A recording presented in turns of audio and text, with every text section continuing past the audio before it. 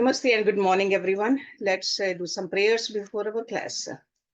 Om Guru Brahma, Guru Vishnu, Guru Devo Maheshwara, Guru Sakshat Parbrahma, Tasmai Shri Guruve Namaha. Om Bhur Bhavaswaha, Tatsavitra Varene, Bhargo Devasya Dhimahi, Dhiyo Yo Naha Prachodayat, Asto Ma Sadgamya, Tamso Ma Jyotirgamya, Mrityurma Amritam Gamya. ओम सहनावतु सहनौभुनक्तु सवीर्यं करवावहै तेजस्विनावधीतमस्तु मा विद्विषावहै ओम शांति शांति शांति ओम श्री गुरु Gita. This is our third class on this, and we are on verse number 11. As we know that Bhagwan Shankar is talking to Mata Parvati. So let's see what he's saying in this verse number 11 to her. Guru Murtim Samare Nityam Guru Naam Sada Japet Gurur Agyam Prakruvit Gurur Anyan Bhavyet. Meditate ceaselessly on the form of a Guru. Always repeat his name. Guru Naam Sada Japet. Carry out his orders and think not of anything except the Guru. Gurur Agyam Prakruvit Na Anyan Bhavyet. So here Bhagwan is saying again that one should constantly, ceaselessly, with deep devotion and love, continuously meditate on the form of the Guru. Not only meditate, he also said to chant continuously, repeat, do jap with the name of the Guru. Na anyan, nothing else. And Gurur Agyam Prakruvit, Gurur Anyan Bhavyet means to carry out his Agya. Whatever he says, without questioning. Carry out what he asks. Do it with love, with humility. Don't think of anything else than the master. That is a Guru Bhagat. This is a devotee who has surrendered completely with love. Then in the next verse he says, Swa ashramam cha swa jatim cha swa kirti pushti vardhanam etat sarvam paritajya guror anyan bhavyet. Set aside your station and stage in life. Ashram and jati. Your caste, your fame, kirti, wealth, or means of attaining worldly success. They say at Guru's ashram, everybody is equal. In the temples, you might see the sofas and the chairs for the wealthy people or people who donate a lot. At Guru's ashram, everybody sits at the feet of the Guru at the same level. So that's what it means. So set aside your station and stage in life, caste, fame, wealth, or means of attaining worldly success. You could be a president of the country. You could be a king of a state. Then he says, Gurur Anyan Bhavyet. Think of nothing but the Guru. Because if in your mind you have a Guru, love for Guru, regard for the Guru. You're not thinking about what your name is, what your caste is, what your station in life is, how much you have earned, how much you're respected outside. You have totally surrendered. And this is what Bhagavan Shankar is saying, that when you are meditating on the feet of the Guru, on the form of the Guru, you should put everything else away. Whatever stages of life you are, in whatever caste you belong, whatever you want to achieve in life, fame, wealth, name, worldly success, when you are concentrating on the Guru, when you are meditating on the Guru, your mind should not divert. Otherwise, a big part of your energy, mental energy, is going in the other ways. Put a block over there. Your thoughts should not wander around. That's what it means. Gurur anya na bhavyet. Means that your thoughts should only be focused on the Guru. There should be no other thought other than Guru. That's it. So when you're meditating on the Guru's form, all outside things should stay outside and you should see the master inside your heart.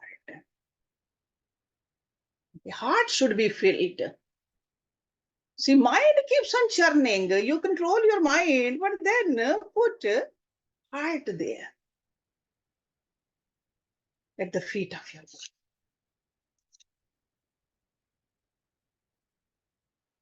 Ananya Chintayanto mam sulabham paramam padam tasmat sarva pratyanena gurur aradhanam kuru. The supreme state is easily attainable. Sulabham paramam padam. See, sometimes we think it's durlabh. No, it's a sugam. If you do it properly, the supreme state is easily attainable. For him who meditates on his Guru with single-minded devotion. Okay? So if we think that we cannot concentrate like that, we cannot really have our heart filled the way Lord Shankar is talking about, that means single-mindedness is not there. This scattered mind of ours should be controlled. So the supreme state is easily attainable for him who meditates on his Guru with single-minded devotion. Strive utmost to adore. Tasmat means therefore. Sarva prayatanen. So strive utmost to adore and appropriate the Guru by all means. Guru Aradhanam. Guru ki Aradhana. So the supreme state, the highest state, is easily attainable for the person who meditates with single-minded devotion on the Guru. So this we got to keep in mind. In fact, all the Hatha Yoga techniques, all the mudras also, they all teach us to make our mind single-pointed.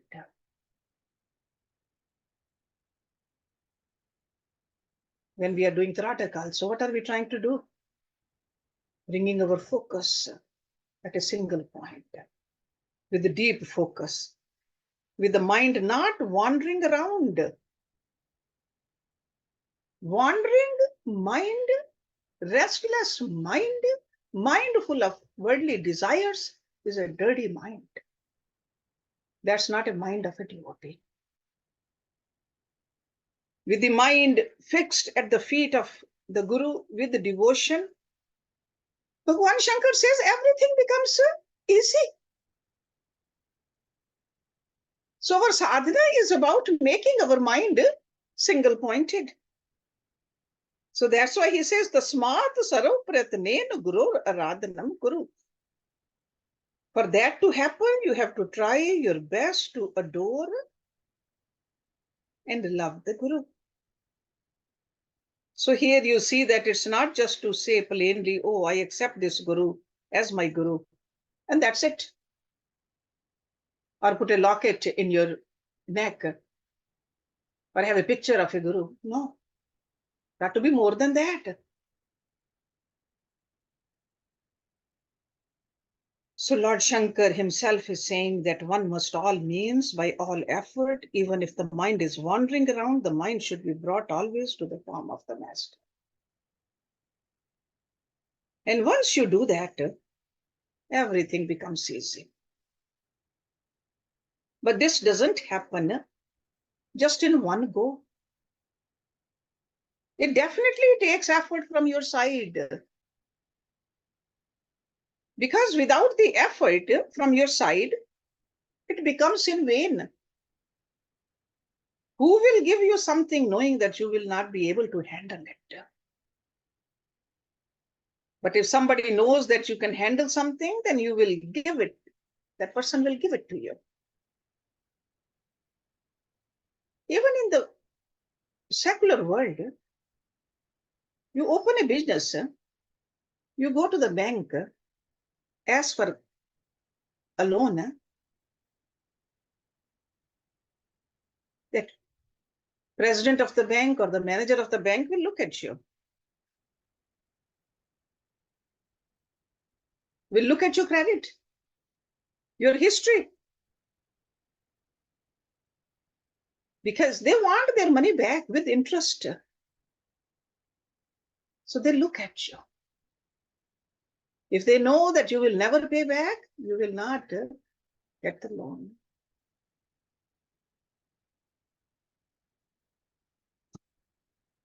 But if you have a certain qualities, some credentials, you will have it. The same thing goes over here. Guru is giving himself to us. Guru wants to look at certain qualities, certain characteristics. Then the Guru will pour everything in you. So we have to be ready. We have to be qualified. So Bhagavan Shankar is teaching us how to become qualified. As long as a person is not ready, the person must keep on trying. By all means, to be ready to receive the grace of the Guru. And God is always eager and ready to give. But we got to be qualified, which is called adhikari. We got to become adhikari. And this is one of the qualities he's mentioning over here. One-pointed mind. Mind which is not wandering into the Maya. This is all Maya. Whether it's a wealth or whether it's a prestige or whether it's our stage in life, station in life, what we are doing in this world, that's all Maya. Guru is not interested in that. Guru is interested in a clean mind, one-pointed mind. That's why Lord Krishna also said, devotee can give me water, flower, leaf, but it has to be with devotion, with love. Only then I take it. Verse number 14, again Shankarji is saying, Gukar to bandkarascha rukara tej uchyate agyan graskam brahm guru eva na sanshaya gukaraha prathamo varno maya adi gunbhasaka rukaro dvityo brahm maya bhranti vinashanam gukaram cha gunatitam rukaram rupvarchitam gunatit savrupam cha yo dhatats guru samrita. See over here, gu and ru, those are the two syllables in the word guru. That's what he's talking about. He's giving us a expanded meaning of this gu and the ru. So the first couplet, he says, the first syllable gu means darkness. Andhakarash. So first syllable gu means darkness, and the second Ru is the light. Rukar tej uchyate. The Guru is doubtlessly Brahm, who dispels all darkness. Agyan grasakam Brahma Guru Revna Sanshya.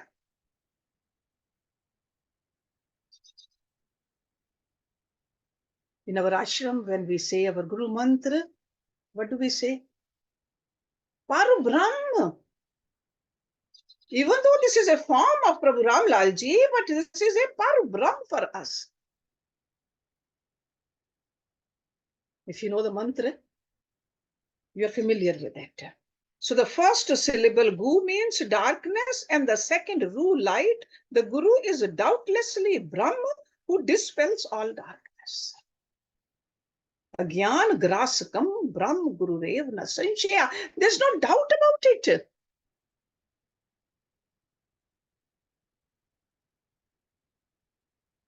Gu karaha prathamo varno. The first syllable Gu is suggestive of the attributes such as Maya. Maya adi gunbhasaka. So darkness means the Maya, the illusion. The second Ru is suggestive of the Supreme Absolute who is free from the Maya. Ru karo dvityo Brahma Maya Bhranti Vinashana. So Gu represents the lower manifested world, while the Ru, the Supreme Absolute, the unmanifested. In essence, this is what he means by this second verse over here, second part of this verse number 14. And the third part, Gu karam cha gun atitam. Gu is the state which is beyond the three guns, and Ru is emptiness. The Gu is he who gives the experience of darkness, melting into the light, Maya dissolving into clarity, and formation revealing wisdom. Guna atit savrupam chayo dadhatas guru samrita. It melts away. Just goes away the whole Maya. So the first syllable Gu means darkness, and the second Ru means light. So Parabrahma, the ultimate, residing in the heart of the Guru. See, Guru is not a body. Guru is that light, is the dispeller of the darkness. That light is so radiant, so strong, it can get rid of our darkness. So here you see that the word Guru holds both darkness and light together when we look at it, Guru. So the Guru has mastery over both. So that means the master has mastered darkness, transcending it to bring light to the Bhagat, to the devotee, to the Shishya. If the Guru had not transcended darkness, how would he have power over it? So this means that the Guru has mastered both. He is the master of the darkness and the master of the light. Gu karam cha gunatitam, ru karam rup varchitam. And at the same time, he is agyan grasakam, which means that he is above that. He has mastered the darkness, he has mastered the light, yet he is residing above the darkness and above the light. So that's how the Guru dispels the darkness of ignorance in us, who surrenders to him. So from our job is to surrender to him. If we don't see the light, if we are still bound by the darkness, the Maya, that means we have not surrendered. It's almost like if somebody has entered into a great school but has not gotten the certificate yet because did not study, did not pass those exams. How can he get a certificate, diploma? Because if a guru can't bring someone to the state of God consciousness, then that is not a guru. Guru, by definition, guru can take us there. So fault or the flaw is not in the guru. Just like a university can definitely give a diploma. But if a student has not gotten the diploma, it's not the fault of the university. It's the fault of the student. So the first syllable gu has the attributes of Maya. Gu also means ignorance. So in this verse, Bhagwan Shankar is saying that the first syllable gu stands for Maya Prakriti, the Shakti that binds and holds one to this reality. And the second syllable ru stands for Purusha, stands for the Supreme Absolute, which frees us from this Maya. So in the same word, you can see you have both. So in the word Guru, you have Maya and you have the one who frees you from Maya, Gu and Ru. So having both aspects inside, this shows that the Guru is the master of Maya, master of this reality. He knows how to free us from what reality is, and he knows also how to put a person in that reality. Because to him, he knows both. Because you cannot master something by knowing only one way. You have really, if you call yourself a master, that means you know it all. So if everything goes beautifully, you live in a very fancy reality or in a dream reality, you will not know what true happiness is. Only when you master the other side, when you master the lower quality, then you will truly know the higher quality. If you didn't know what the night is, you will not appreciate the day. So over here, Bhagwan Shankar is explaining that in the word Guru, there are both aspects. The Guru is the master of Maya, and at the same time, he is Maya. That's why in Lord Shankar, what do we see? We see the Shakti also. We see the Shiva also. He knows when to cast a shadow over somebody, and he knows when to remove that shadow. Let's move on to the next one, number 15. Mantra Rajam Idam Devi Gurur Atyaksha Davyam Samriti Vedarth Vakyena Guru Sakshat Parampadam. O Devi, the Supreme Master is indeed the word Guru. And it's two letters, Gu and Ru. The essence of the Samritis, see Samriti, Ved, Arth, Vakyen. The essence of the Samritis and the Vedas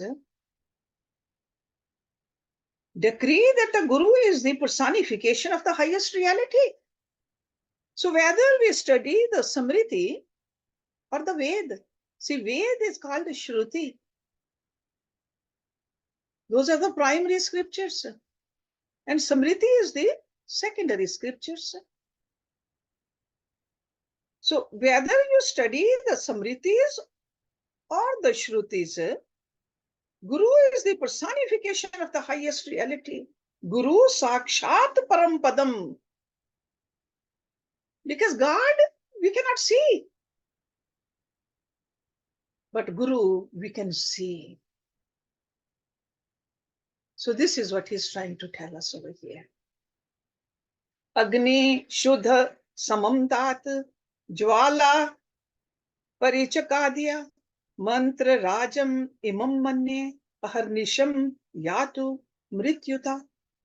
This pure king of mantras is a fire blazing in the mind, burning day and night. Jwala. It removes the illusion that you are the body, thus freeing you from death itself. So he is talking about this mantra. Guru mantra is such a blazing mantra. The light of this is so fierce, so powerful, that all the agyan gets burned, freeing you from the death itself. Who dies? The body does. The mind can die.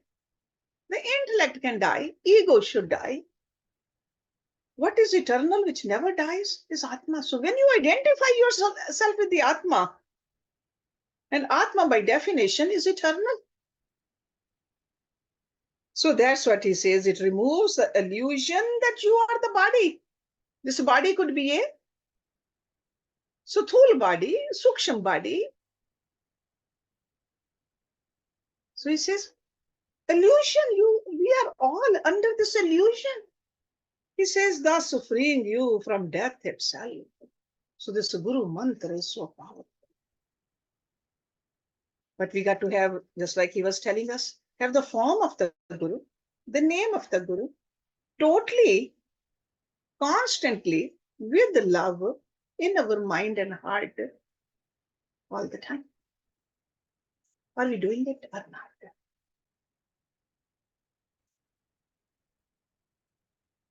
Ball is in our court, actually. Because this is the formula which he is giving it to everybody. Not just only few people, everybody. It applies with everybody. Let's look at verse number 17. Again, this is a long verse. Evam guru padam shreshtam devanamapi durlabham haha huhu ganeshyev gandharvesh prapujyate dhruvam tesham cha sarvesham na asti tattvam guropadam asanam shyanam vastram bhushnam vahanadikam sadhaken pradatavyam guru santosh karakam gurur adhnam karyam swajivitvam nivedyet. There is no truth higher than the Guru. Shreshta. Shreshta means topmost. There is no truth higher than the Guru Tattva. Tattva means the essence. The Guru principle. Even gods and other celestial beings cannot attain this highest of the states. That's why all the devatas are in our body. Also, Yogi said they are in the lower regions. Guru is at the topmost.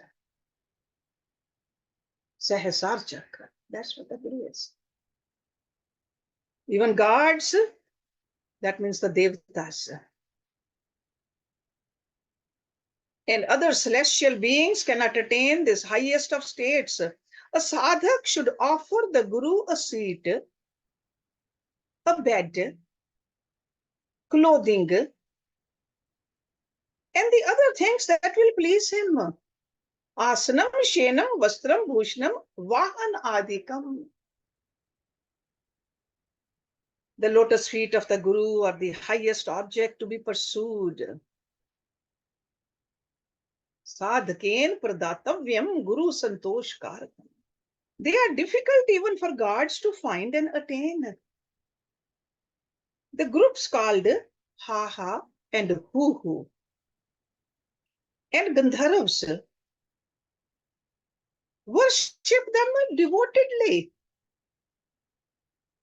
The lotus feet of the Guru are the highest object that one should strive for.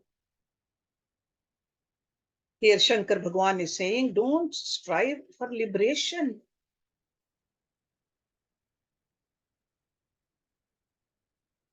Asking you to strive for perfection. He said that firstly, you have to attain devotion. Because once you have a devotion, love for God, liberation is there. Freedom is there. Because what is binding us? Our desires, worldly desires. Once we know that, hey, I need only my Guru's feet. That is all a disciple wants. So you have to pursue devotion to the feet of the Guru. That should be the highest object. And here he is saying that to attain this highest object, to make this the highest object, it is even very difficult for the Devatas and the Asurs. They find it difficult to surrender to the master's feet. Because there's a high level of ego there. So hard to surrender. As human beings, if we understand it, it's easier to surrender. Then he says, ha ha, hu, Ganesh Chev. What does that mean? That means the simple tribal people. Through their simplicity, through the humility of the heart, they find it very easy to worship with devotion. Because they are not arrogant about their knowledge. They don't say that we have condensed the Vedas or we have achieved this or that. So these tribal people, very easy to surrender. And this is what I saw when I was growing up. At the ashram, people will come from the mountains.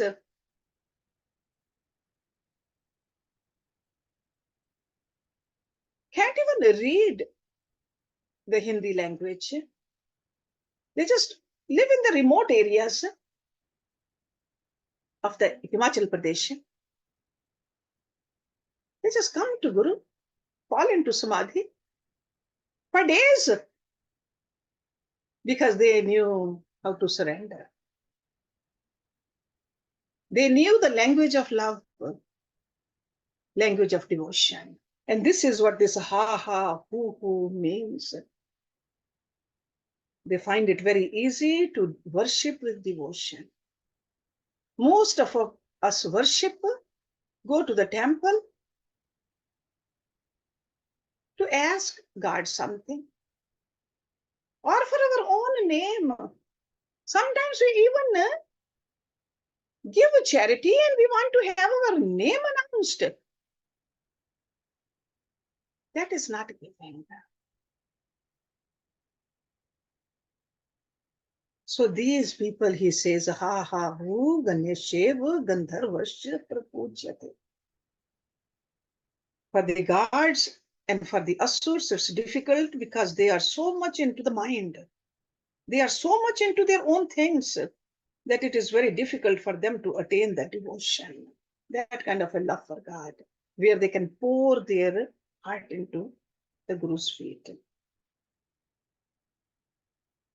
Through humility of the heart for the human beings who surrender to the feet of the Guru, it becomes very easy due to the devotion that they have.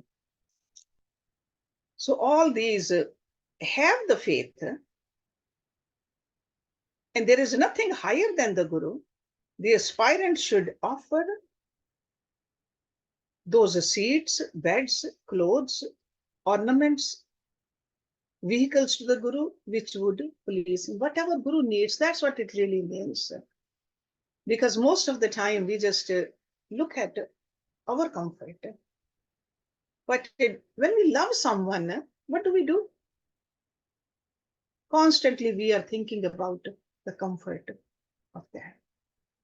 Most of us are mothers, and we know that when we had the little babies, what did we do?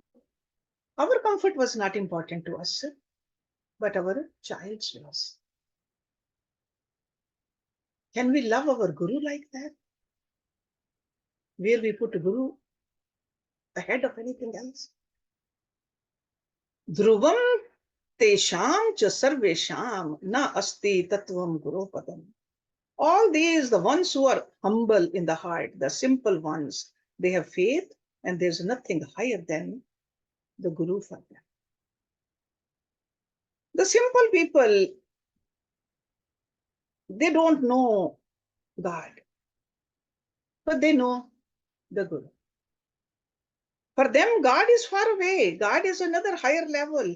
They don't know about him. For them, God is the master who is revealing, or the Guru is the master who's revealing God to them. Because God we cannot see, Guru we can see. And in the easiest way, the Guru makes God accessible for them. The Guru gives God to the people. That's why these yogis, they put in our body the Guru's place even higher than God's place. You all know that Agya Chakra is God's place. Sahasra Chakra is Guru's place. Asnam, Shenam, Vastram, Bhushnam, Vahan, Adikam. These aspirants, they long so much for the grace of the Master that they offer all of these things to please the Master. Because there's nothing else that they want to reach. But the ultimate, even if they want to reach God, they know that without the grace of the Guru, it's not possible. But they know that the grace of the Master, everything is possible. Everything.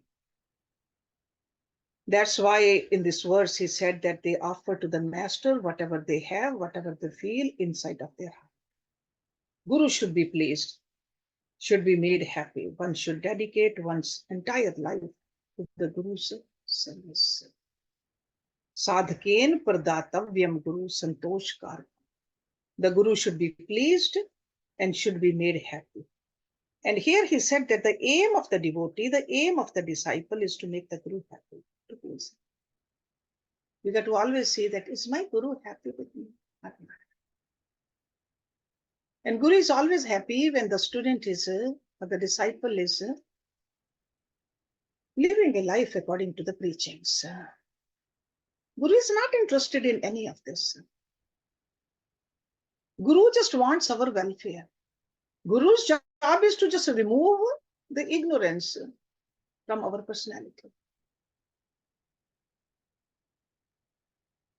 When one has met one's Guru, one should dedicate the entire life to the service of the. That's what this scripture is telling us. Guru Aradhanam Karya means that only through the service to the Master, like in the story of that, in the verse number 6, I told you about a Dukhi. In fact, his name was, that disciple's name was Dukhi Christian. So it's not a Lord Christian we're talking about, but somebody's name was Krishna. He did not ask the Guru for any Guru mantra. The only thing he asked the Guru was Guru Adesh, the order of the. And he was only 14 years old. And only thing he said, Gurudev, order me, Agya do. And the Guru said, your duty is to water the plants only, nothing else. And he did that. And for 12 years he did it without asking anything from the Master. And until the Guru talked to him again. See, for 12 years, Guru did not give any upadesh to him. He just did what Guru told him to do for 12 years. Without even talking to the Guru for 12 years, yet he was doing his duty with full devotion. After 12 years, the Master himself, and you know what his Master's name, the Guru's name? Hriday Chaitanya Das.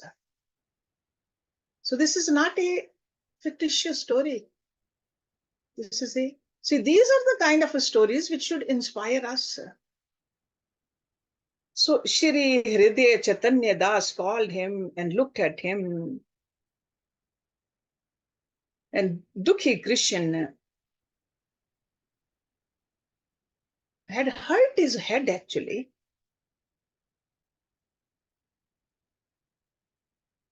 And there was a blood coming from his head. Because he forgot about his body while obeying the orders of the Guru. Guru said, I'm very pleased with your devotion. And he got liberated. These days, do we have devotion like that? Can we forget about everything else completely? At least for a few minutes a day. Inside that disciple was only the Guru, nothing else. He was completely surrendered to the service of the Master. Can we do that? Because this is what Lord Shankar is telling us through Parvati. How to become a devotee of that caliber. Karmanaha manasaha vacha nityam aradhyet gurum dirgha dandam namaskritye nirlajo guru sanidhav. Constantly serve the Guru with the mind, speech, and action. Karmana manasaha vacha. Because these are the instruments given to us by God through this Prakriti. Constantly serve the Guru with the mind, speech, and action, prostrate, unabashedly, like a stick in front of him, without the least reserve. Dirgha dandam namaskritye nirlajo guru sanidhav. Can we do the namaskar like that? When we are in front of our Guru, what do? We are wondering what others will say.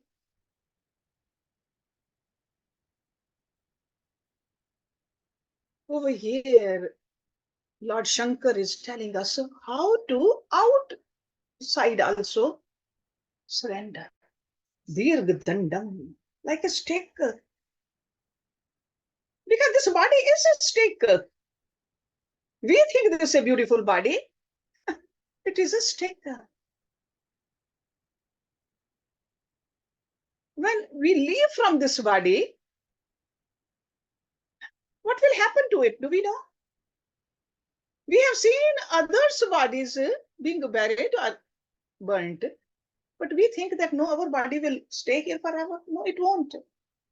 It is a stick. Use it properly while you reside in this stick.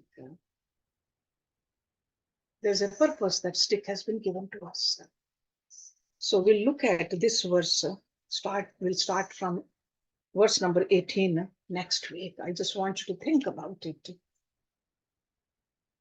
Meanwhile, Om Purnamada Purnamidam Purnat Purnamudachyate Purnasya Purnamadaye Purnameva Vishishyate. Om Shanti Shanti Shanti. Thank you very much.